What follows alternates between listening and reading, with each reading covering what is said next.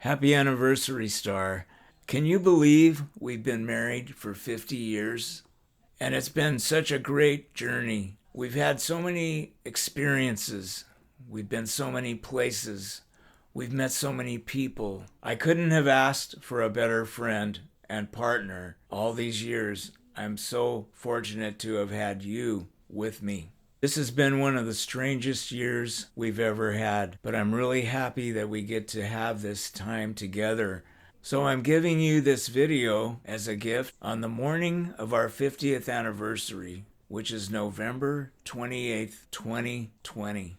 And on this day of our 50th anniversary, I would just like to take you back in time and reminisce about some of the great things we've done together in our life. For example, the night we met, I went with my friend to a wedding reception and you were there and I saw you from a distance and I really thought I better not ask her to dance. You looked so beautiful and I had never seen skin like your skin. Beautiful. Your friend came up and asked for my phone number, and I said, "Can I have your friend's phone number?" And she gave it to me. So I had your number, and I called you a week later and asked you if you'd like to go to a movie. You said yes. And then, of course, later I showed up at your house and met your father and your mother.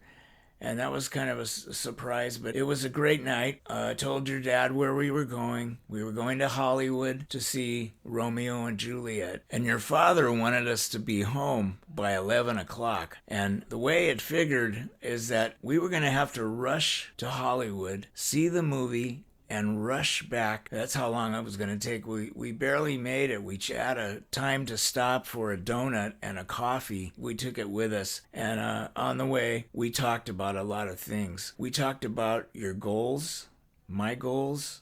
And so I was able to get you home by 11 o'clock. And so the next time we had a date, and that was another really nice day. And after that, your father wouldn't allow me to see you every week. He kind of gave us a space in between of a couple of weeks. So we'd have to wait. And I remember thinking, well, he's probably a pretty smart guy. So we dated for 2 years. And during that 2 years, we had a lot of fun. We went a lot of places. We went to parties. We did things together. It was always a good time. One thing you said to me right from the beginning, Star, was you said, "I'm not ready to get married." And so I was careful about mentioning anything related to that. But there was a time after we dated for a couple of years that I told you I loved you. And later on in our conversations, you said that you loved me too. It was thrilling to me that we both felt the same way. So finally, we had dinner one night at the Clouds restaurant in Long Beach, down by the ocean. And since you kept talking so much about not wanting to get married, I said, "Would you like to come and live with me?"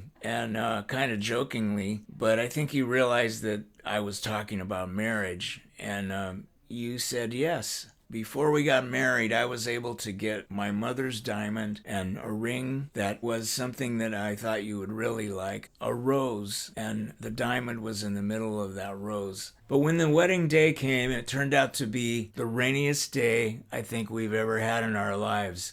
It was pouring, and at the wedding reception, a lot of people were wet, but they were all having a good time. We had several hundred people there, a lot of our friends. We had some people there playing the music that were friends. We had Moon River as our wedding song, and we both liked that song.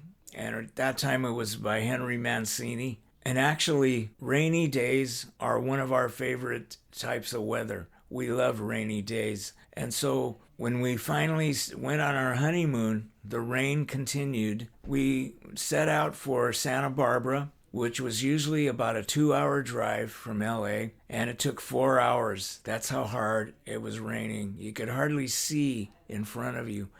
But we were having a great time. After Santa Barbara, we went to San Francisco. Then we went up north. We went to Richardson's Grove, which is the redwood forest, and we went to Mendocino. Mendocino was a really nice kind of an art colony, a lot of nice little restaurants along the coast. We had a lot of fun. And so we were gone for a couple of weeks. We had a great time. In fact, I'll have to tell you, Star, that was the most exciting trip of my life. On our honeymoon, we kind of planned our life. We started thinking about what are we going to do? And we thought, well, we'd like to have some children. And we decided to wait for 5 years before we had any children. And we started writing a song on our honeymoon. And I'd like to share some of it right now. The chorus of the song was the last part we wrote on our honeymoon.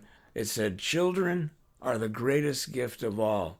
You love them when they're little, and you love them when they're 6 feet tall. As long as you have a life to live, life is the greatest gift you can give. Children are the greatest gift of all." That's the way the song finally ended up, but it was written all about our children. And our children really have had a big part to play in our joy and happiness in life. We started out our life in a very simple way. We ended up buying a little trailer. It was 8 by 25 inside, but it was so cozy, so nice. And we lived in that for a few years, and it was a place that enabled us to do a lot of things because it was a very inexpensive life. It was simple and happy, but I loved being in that little trailer with you. And on rainy days, the rain sounded very loud, but it was great. And it had a nice little heater, and everything in it was so much fun. We had a great time together, and we even saved our money, and we were able to go to Europe in 1973. We went for 6 weeks in Europe, went to 14 different countries. We went to 2 international conventions at that point, and we went to one in England and one in Belgium, which was a combination of several countries all in one place. It was great. It was a wonderful time. During our life together, Star, we have always tried to have romantic anniversaries. We've always tried to do something special, get away, go someplace. You may remember the time I surprised you. I told you I was taking you to lunch, but I had already packed your bags. We went back to the Clouds restaurant in Long Beach, where we were when we talked about marriage in the beginning. And I had booked a flight to Avalon, to Catalina. And so it was a seaplane that actually took off and ended up landing in the ocean. It was quite a trip. I think you were really surprised. But at other times you would surprise me. And since you worked for airlines, sometimes you surprise me with a trip. Like you surprised me with a great trip to Venice. And we were able to travel to other places too in Europe and Paris. We've had some great times, and thank you for that. Thank you for always thinking of something like that. I think that when we look back, we certainly had a good time. And now we plan for the future. We talk about the future. And this painting that I did entitled Homeward Bound, and it's actually an imaginary place where you and I are growing younger, and we're on this road, we're homeward bound into the paradise, and wherever we live there, it's going to be a beautiful place, we know, and we talk a lot about that. Star, I want you to know how much I love you, how beautiful you are to me, but not only your natural beauty, but also the beautiful person you are inside is what I really love. You are truly a loyal and faithful wife. Also, what I love about you is your smile. You are always smiling. Also, your kindness to others has always been such a good example. I really appreciate that. I've always appreciated, too, your great emotional support through life. You have so much to give. And we always talk about how life is a work in progress. And it's true. It is a work in progress. But it has been a progress. And we've enjoyed it together. You not only think out of the box, but you're also very creative. And you're a wonderful person to so many people. So many people love you very much. Star, you've always supported me as an artist, and I really appreciate that. You've always been there for me. You've inspired me in so many ways, and you've inspired me to think of paintings that have a meaning for us. And when I look at these now, They remind me of our romantic history, and we've always made sure to add romance in our lives as we pass through these years. Star, I wrote a poem for our 50th anniversary, and I'd like to read it to you. Happy anniversary, my love. All these years have passed, and this adventure on this road has been so sweet, so large and vast.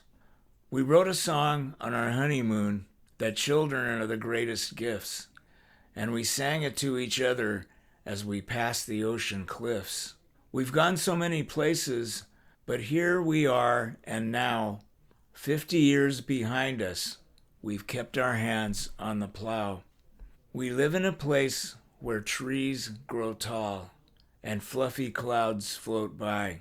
So we keep our dreams before our eyes like sailing ships in the sky.